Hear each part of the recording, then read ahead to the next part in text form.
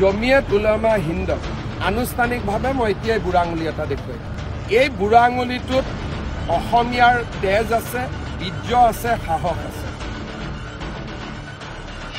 মাদানী আৰু ছৈয়দা হামিদক লৈ উত্তাল ৰাজ্য। মুখ্যমন্ত্ৰীৰ পদত্যাগ দাবী কৰা মাদানীৰ বিৰুদ্ধে গৰজি উঠিছে বিজেপি সহ একাংশ দল সংগঠন।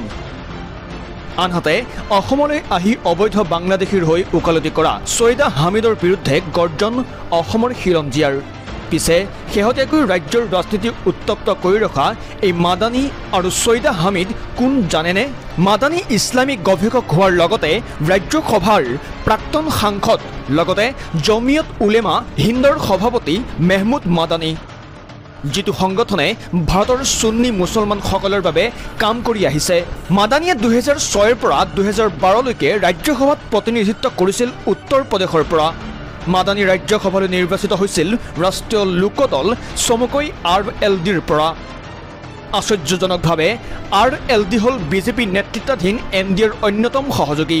কিন্তু এইজন মাদানীয়ে দেশৰ গুৰুত্বপূৰ্ণ বহু বিষয়ত বিতৰ্কিত মন্তব্য কৰি আহিছে। মাদানীয়ে বিৰোধ কৰিছিল 3 তালাক বিল। ইফালে কংগ্ৰেছ AJP ৰাজ্যৰ দলৰ চৰকাৰ হ'লে মাদানী চৰকাৰৰ উপদেষ্টা হ'ব বুলি দাবী কৰা বিজেপিক এইবাৰ উভতি ধৰিছে লুৰিণজ্যোতি গগৈয়ে। মাদানীৰ সৈতে সুসম্পৰ্ক আছে মুখ্যমন্ত্ৰী হিমন্ত বিশ্ব শৰ্মাৰ। আজমলৰ পাৰফিউম কাম নিদিয়াৰ বাবেই মাদানীৰ পাৰফিউম ছটিয়াই দিছে মুখ্যমন্ত্ৰীয়ে। আজমলে লিখি দিয়া স্ক্ৰিপ্টত অভিনয় কৰিছে মাদানীয়ে। আদি বিস্ফোৰক অভিযোগ অজাপৰ সভাপতি লুৰিণজ্যোতি গগৈৰ। এতিয়া মেহমুদ মাদানী কোন? জমিয়ত উলেমা হিন্দৰ অসমৰ সভাপতি যিগৰাকী আছে, বদৰুদ্দিন আজমলৰ ৰাষ্ট্ৰীয় সভাপতিগৰাকী হৈ গ'ল মেহমুদ মাদানী। এতিয়া লিংকটো আপোনালোকে গম পাইছেনে? যিটো জমিয়তৰ অসমৰ সভাপতি বদৰুদ্দিন আজমল চাহাব, যি বদৰুদ্দিন আজমল চাহাবক ব্যৱহাৰ কৰি কৰি হিমন্ত বিশ্ব শৰ্মাই এফালে ব্যৱসায়ো চলাব দিছে, আনফালে ৰাজনৈতিকভাৱেও ব্যৱহাৰ কৰিছে। হিন্দু মুছলমানৰ বিভাজনৰ ৰাজনীতি কৰি ভোটটোও লৈ আছে, নিৰ্বাচনৰ বৈতৰণি পাৰ হৈও আছিলে।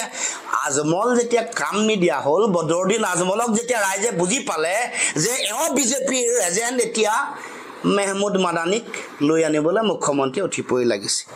ইফালে দেওবাৰে গুৱাহাটীত উপস্থিত হৈ ছৈয়দা হামিদে ওকালতি কৰে অবৈধ বাংলাদেশীৰ হৈ। অসমত বাংলাদেশী থকাত আপত্তি ক'ত বুলি মন্তব্য কৰি অসম চুক্তিকে চৰম উপহাস কৰিলে হামিদে। যিগৰাকী নেত্ৰীক অসমলৈ নিমন্ত্ৰণ কৰি আনিছিল সাংসদ অজিত কুমাৰ ভূঞা, পৰেশ মালাকাৰৰ নেতৃত্বাধীন অসম নাগৰিক সন্মিলনে। এতিয়া এইলৈ ব্যাপক ক্ৰিয়া প্ৰতিক্ৰিয়াৰ সৃষ্টি হৈছে ৰাজ্যজুৰি। বিৰোধীয়ে যদি চৰকাৰক দোষিছে, মাদানী আৰু হামিদৰ এনে মন্তব্যৰ বাবে কংগ্ৰেছকে জগৰীয়া কৰিছে বিজেপিয়ে। News desk NZ news.